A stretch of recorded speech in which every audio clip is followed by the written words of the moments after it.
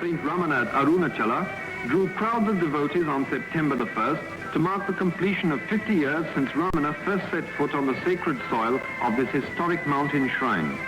From far and near they flocked for darshan of the holy sage, who by the severest austerities and profound contemplation has attained spiritual wisdom and serenity unique in the country.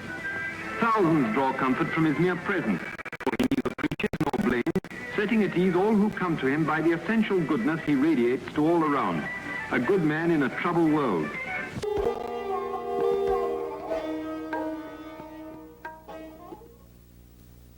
He adhered to a punctual routine, which included going out for a stroll twice a day.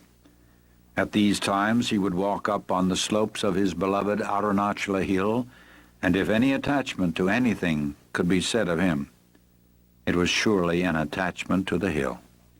He loved it and said it was God himself, the spiritual heart or center of the earth. He seemed to never be so happy as when wandering around its slopes, and once remarked that there was not one spot on the hill where he had not set his foot. He also encouraged devotees to walk around the 8-mile circumference of the hill, as it has been well known from ancient times to be a very potent spiritual exercise. Generally, the Maharshi appeared to be indifferent, a witness to what was going on around him. Nevertheless, he was always aware of what was happening and seemed to be very particular about certain matters.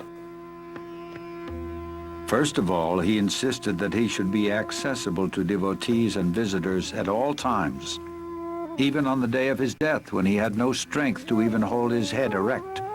He asserted that devotees should not be prevented from seeing him. He was also very keen that visitors should be fed immediately upon their arrival, and food should be well cooked and nutritious. He participated and supervised meal preparations for many years. The Maharshi was adamant that no preferences should be given to him in way of food or conveniences. If it is good for me, it must be good for all, he would say when some special food preparation or medicine was offered him. He would then make the attendants distribute the item to everyone present before he would take it himself.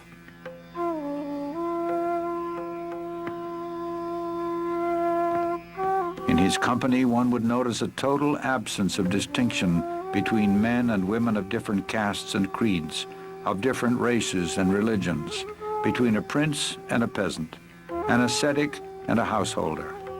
His equality extended far beyond human beings and embraced even plants and animals.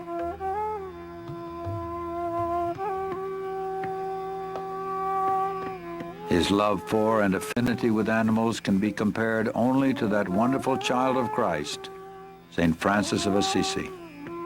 They all came to him, dogs, snakes, monkeys, crows, deer, peacocks, chipmunks, and cows, to name a few. Their silent language was known to him, and when he spoke, they understood and obeyed. He arbitrated the monkeys' quarrels. He has been known to speak to the wild leopards and cobras, and the whole animal kingdom accepted him as their guardian and defender.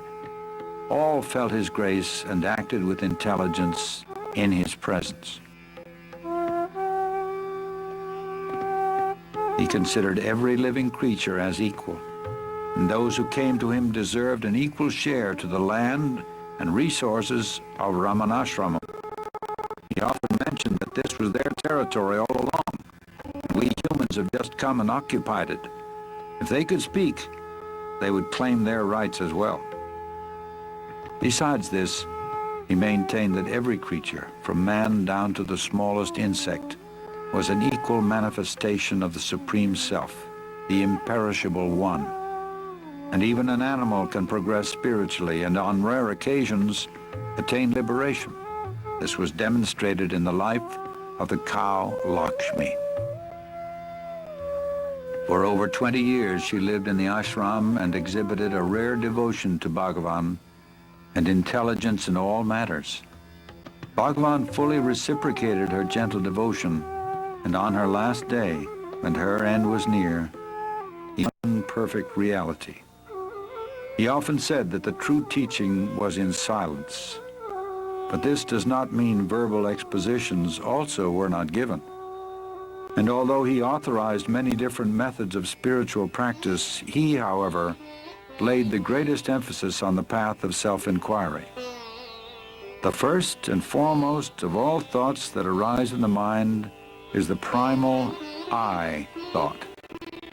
It is only after the rise or origin of the I thought that innumerable other thoughts arise. Search by means of a deeply introverted mind wherefrom this I arises. If we go inward questing for the source of the I topples down, and immediately another entity will reveal itself proclaiming I.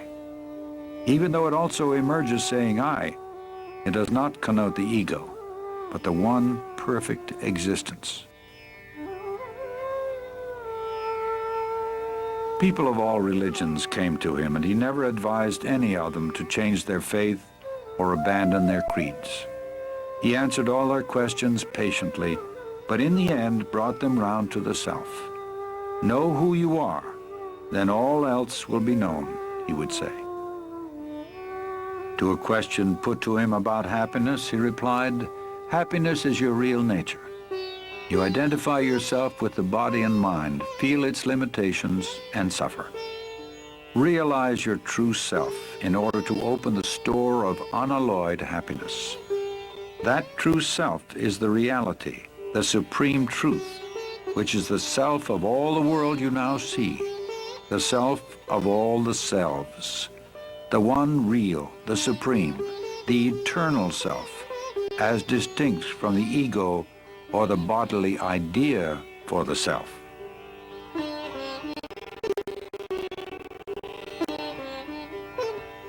He never advised anyone to renounce their families or move to the forest. The obstacle is the mind, he would say. It must be got over whether at home or in the forest. And why should your occupation or duties in life interfere with your spiritual effort? By giving up activities is meant giving up attachment to activities or fruits thereof, giving up the notion, I am the doer. The practice of his teaching doesn't require outward rituals or ceremony.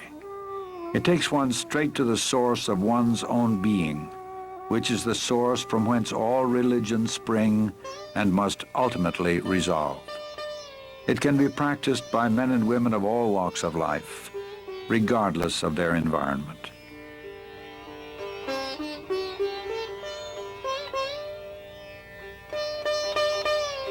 The Maharshi lived what he taught. In fact, his life was the most perfect demonstration of the supreme state of self-realization. And although he was fixed in the permanent state of pure awareness, his body was subject to the laws of nature. In time, it became afflicted with rheumatism and weakened with age. Early in 1949, a small nodule appeared below the elbow of his left arm. It was surgically removed. It later reappeared and was diagnosed as a malignant tumor, which inch by inch ate up the flesh of his left arm, poisoned his blood, and finally rang down the curtain on a life of immaculate purity and grace. Throughout his final year, there appeared to be terrible suffering, but the Maharshi never complained. He seemed to be indifferent alike to the existence or non-existence of the body, being almost unaware of it. Devotees, seeing his gradual weakening and ominous symptoms, expressed their agony at his impending departure. He simply told them that they attached too much importance to the body, indicating that his influence was not limited to the diseased body they saw before him. When on April 13, 1950, a physician brought him some special medicine, he refused it, saying, "It is not necessary. Everything will come right within 2 days."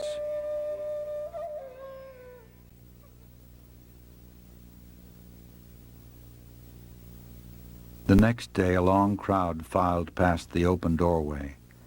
There was no struggle, no spasm, no other sign of death, only that the next breath did not come. At that very moment, an enormous star trailed slowly across the sky and disappeared behind the holy Arunachala hill. Many saw it, even as far away as Madras, and felt what it portended. It was exactly 8:47 p.m., April 14, 1950. Next day, a pit was dug and the body interred with divine honors. The crowd, packed tight, looked on in silent grief.